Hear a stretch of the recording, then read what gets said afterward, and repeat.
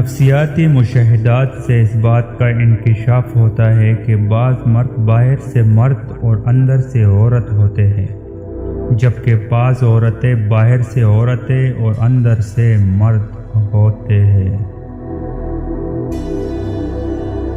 نیند کی اپنی ایک دنیا ہوتی ہے، یہ بہت سی چیزوں کے احساس اور عدم احساس کے درمیان ایک پراسرار پردہ ہے۔ جب آپ سونے کے لیے بستر پر دراز ہو تو پہلے گھڑی میں وقت ضرور دیکھ لیں اور پورے 8 گھنٹے کی نیند مکمل کریں۔ درمیان میں آپ صرف اس وقت بیدار ہو جب آپ کے گھر کو آگ لگ گئی ہو۔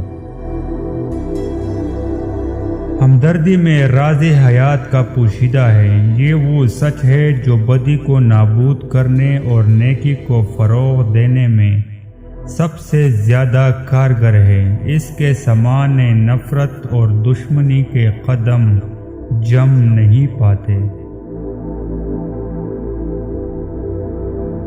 گھر میں حقیقی معنوں میں صرف ایک نوکر کام کرتا ہے اور وہ ہے گھر کا مالک۔ بڑے آدمیوں کے نوکر بھی اپنے آپ کو بڑا سمجھنے لگتے ہیں۔ غذا سے جسم کو قناعت سے روح کو راحت پہنچتی ہے۔ سامان اور اسباب کی کثرت نگری نہیں ہوتی، اصل دولت قناعت اور بے نیازی ہوتی ہے۔ طاقت سے فتح حاصل تو کی جا سکتی ہے، لیکن اس کی عمر تھوڑی ہوتی ہے، اور عورت تمام جانداروں میں سب سے زیادہ مظلوم اور قابل رحم ہستی ہے۔ دنیا کے بازو باصلاحیت لوگوں کو خوش آمدید کہنے کے لیے ہمیشہ کھلے رہتے ہیں۔ ہر بندے کی ایک قیمت مقرر ہے اور اس کی قیمت کا تعین وہ صلاحیت کرتی ہے جو اس میں موجود ہے۔ عمر میں اضافے کے ساتھ ساتھ ہم اپنی صلاحیتوں کو حدود کو جاننے اور پہچاننے لگتے ہیں۔ جب تک تم کوشش نہ کرو تم نہیں جانتے کہ تم کیا کچھ کر سکتے ہو۔ اگرچہ دریا میں بے شمار فائدے ہیں، لیکن سلامتی اسی میں ہے کہ بندہ ساحل پر ہی کھڑا رہے۔